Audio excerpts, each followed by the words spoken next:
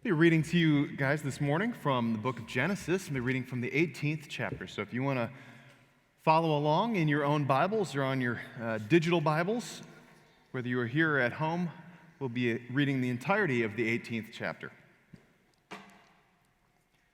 The Lord appeared to Abraham by the oaks of Mamre as he sat at the entrance of his tent in the heat of the day. He looked up and saw 3 men standing near him. When he saw them, he ran from the tent entrance to meet them and bowed to the ground.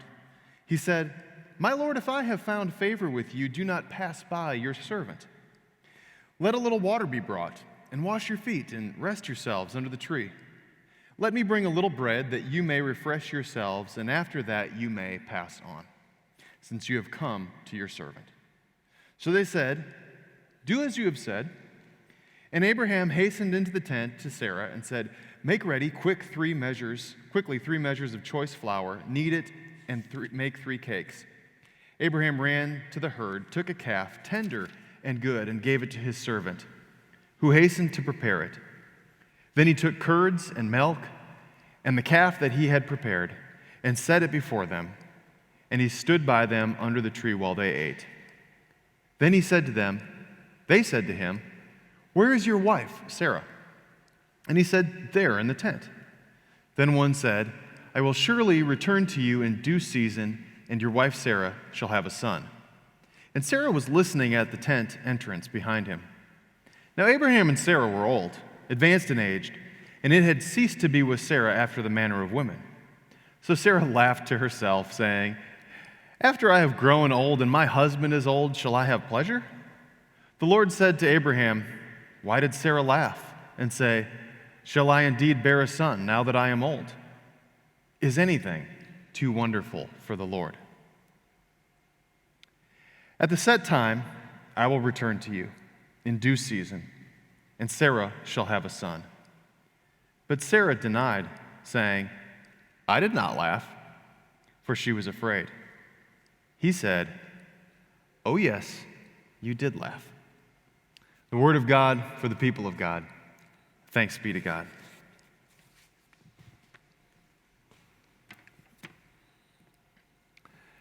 There's a tale told that comes to us from the 17th century in a tiny village that probably most people have never heard of in the northwest part of France. There's a woman there whose name was Joan Delano. Joan was the youngest of 12 children, which in and of itself is something that's hard for most of us to comprehend, having 12 kids. But that was her lot. She was the 12th child, and as a result, she grew up under the care of her parents and her brothers and sisters. Actually, her father died while she was still relatively young, which meant that she spent a lot of her time helping her mother. And what her mother did for a business was she ran a small shop in that town. And it was a shop that was set up not too far down the road from a religious shrine. There was a shrine to the Virgin Mary down the street. And so her family business was to run this tiny little shop where they sold souvenirs to the pilgrims that would come by and visit this shrine. And so she sold them trinkets and souvenirs and things of that nature. And that's how the family stayed supported. Well, Joan understood from an early age some of the business practices and what it meant to run a small business. And so when her mother died, when she was 25 years old, she began to take over the family business. And as a young woman, she had a good bit of idea of what she was supposed to do. And she became known in the community as a rather shrewd business owner. In fact, the legend tells that she would regularly take great joy in her spare time in just counting all of the coins that she had made in profit from that shop. And people could see her as they gazed into the shop windows, her sitting there counting by candlelight all of the coins that she had amassed in a week's or a month's time. She also was known not just for being kind of a shrewd in her business practices, but also doing some questionable things. She actually decided at one point to keep her shop open on Sundays, which, that was fairly uncommon even in places like this 20, 30 years ago. But this was now in the 1600s, in the 1690s that she was doing this. Nobody did that, and so it attracted quite a number of raised eyebrows. But the thing that she did that she was perhaps most well-known or maybe fairly notorious for was that anybody that came to her shop that was begging, or any children that would congregate on her stoop, poor children, she was known for shooing them off and taking her broom and pushing them away and trying to keep them outside of her shop. She did not want to be bothered by them. She did not want to see them. She didn't want them discouraging any pilgrims that otherwise might frequent her shop.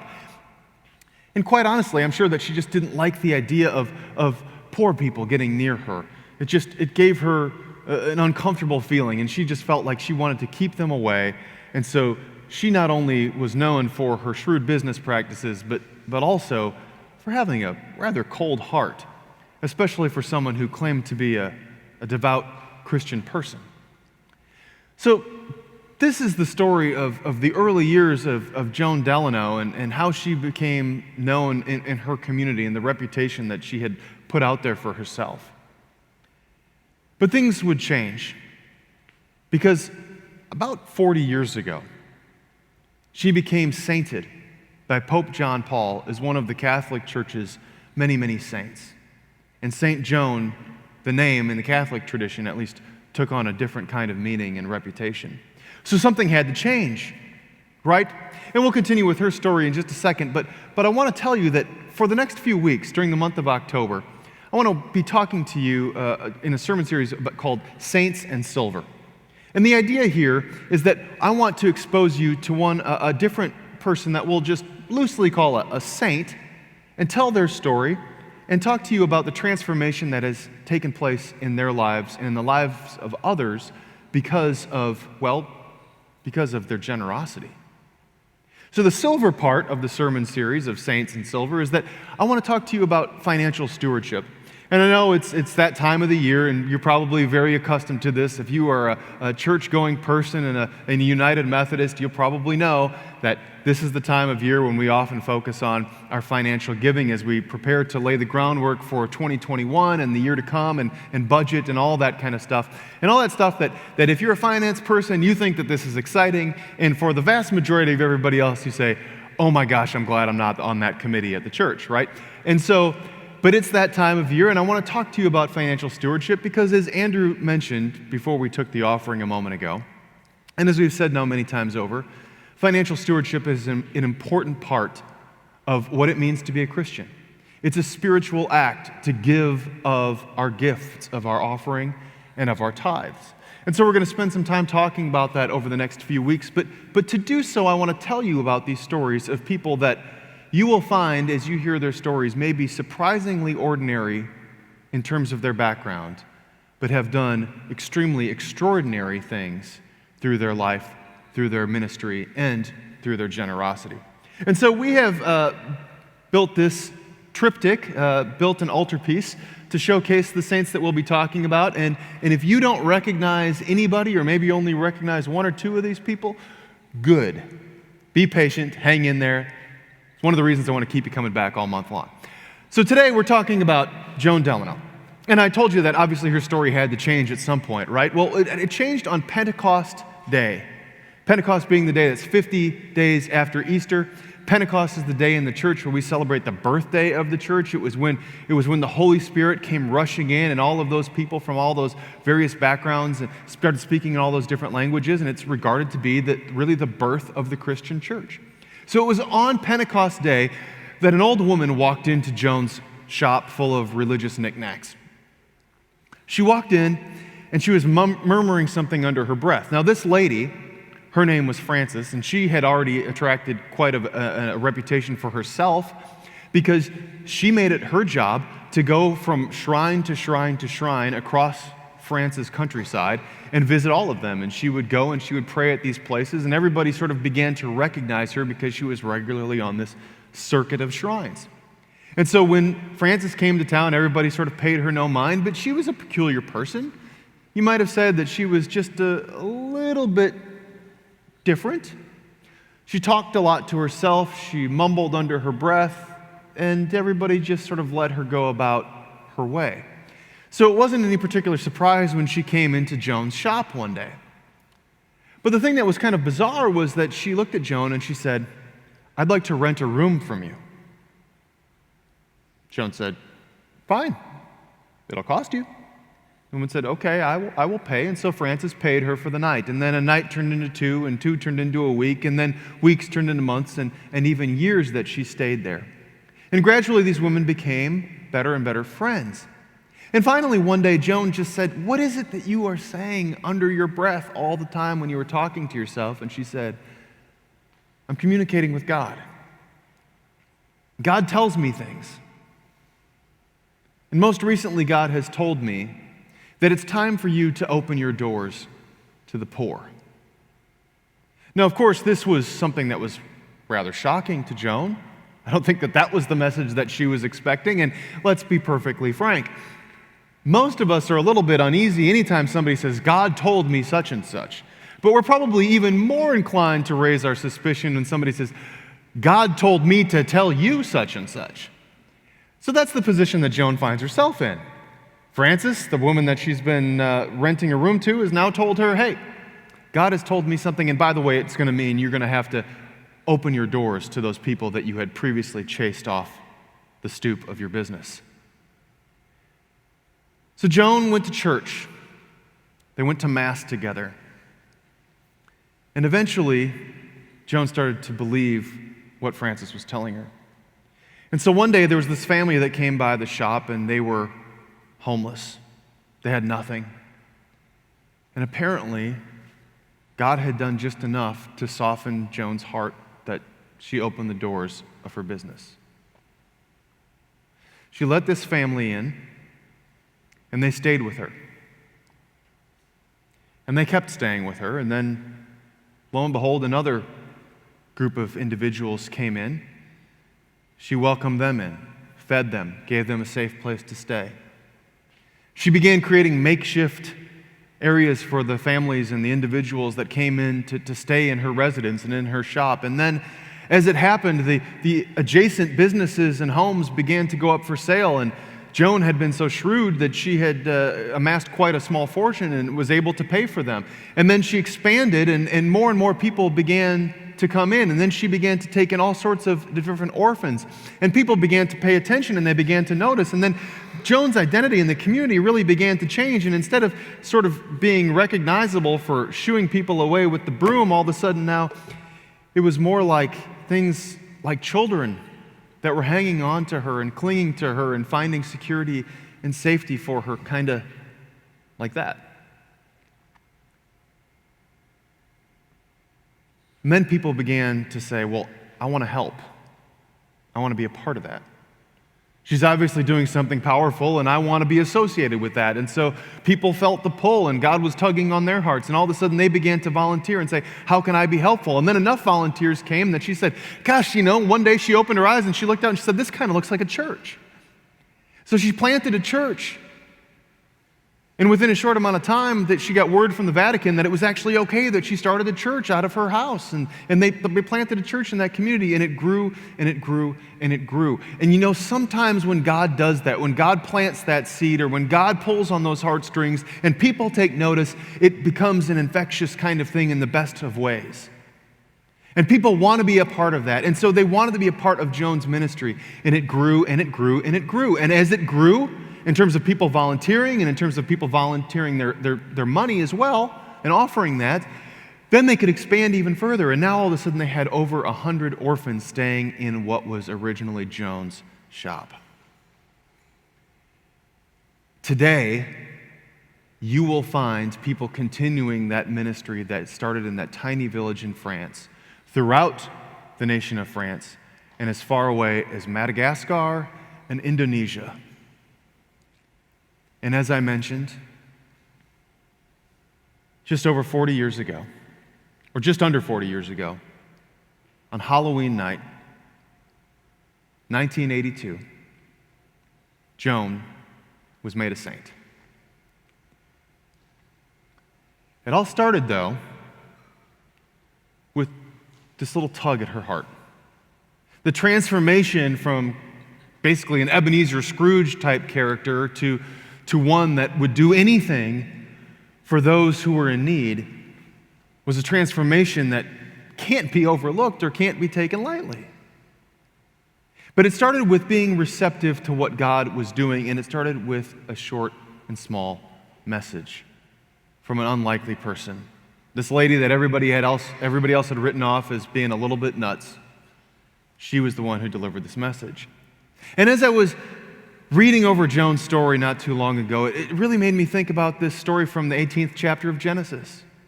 I mean, on the surface, you'd say Abraham and Sarah's story, but how does that bear any resemblance? But consider that Abraham and Sarah had settled in this new land. And they had done that after they had spent time in Egypt. And Abraham had collected quite a group of livestock, and he actually had some of his own servants. And they had a small army of people that actually went and settled. And enough that he and Lot sort of parted ways, and they decided that there was plenty of room to spread out, and they started different communities. And everything was going pretty well. They were very self-sufficient. They were self-made and doing great. And then one day, these three visitors show up. And I mean, that's how the story's told, right? It's like Abraham's sort of outside tending to whatever he's doing, and he looks up, and there's three guys standing there. Now, we know in Jewish custom that the tradition says that what you must do in a situation like this is that you have to welcome in those folks. That's part of the hospitality code. It's necessary. You welcome them in. You welcome in strangers. You welcome in aliens. You take them in and you feed them. You give them shelter. You water their livestock and any animals that they brought with them. And then you help them until they are ready to leave. And so, being a good Hebrew person, he decides that he's going to do this. And so he asks his wife to begin to prepare some baked goods, and he's going to go take an animal and slaughter it and get it all ready. And he feeds these guests. So he takes in some unlikely visitors. And what do they tell him? They say, when we come back, Sarah's going to have a baby. She's going to have a baby. And it seems a little far-fetched. You can hardly blame Sarah for chuckling a little bit. I mean, this is biologically impossible, right? But they say, no. It's going to happen.